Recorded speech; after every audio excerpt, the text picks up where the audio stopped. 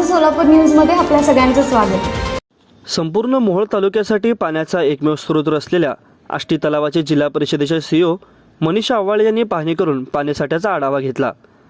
त्यांनी गटविकास अधिकारी आनंद मिरगणे, पाणीपुरवठा विभागाचे डब्ल्यू शेख यांना काही सूचना दिल्या गेल्या।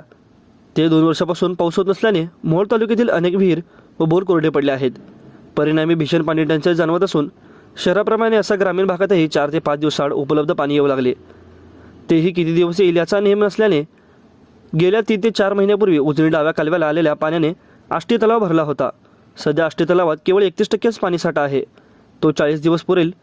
ज्या गावांना पाणी टंचाई जाणवत आहे अशा अनेक गावांमध्ये टँकर मागणीचे प्रस्ताव तयार केले असून आष्टी तलावावर सुमारे 9 ते 10 पाणीपुरवठ्याच्या योजना कार्यान्वित आहेत। दरम्यान सीओ मनीषा आव्हाळे यांनी भविष्यामध्ये टँकर प्रस्ताव आले तर ते भरावयाचे कोठे या संदर्भातील वॉटर पॉईंटची पाहणी केली। तसेच तलावातील पाण्याचे योग्य नियोजन करणे गरजेचे आहे, अन्यथा संपूर्ण तालुक्याला मोठी अडचण येऊ शकते। दरम्यान तलावाच्या पाण्यावर विविध पिके व फळबागा मिळून 5000 एकर बागायत आहे।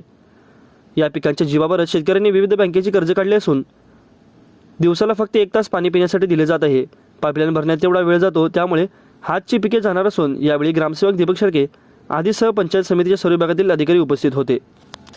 माझं सोलापूर न्यूज या यूट्यूब चॅनलला सबस्क्राईब करा आणि बेल आयकॉन प्रेस करायला विसरू नका।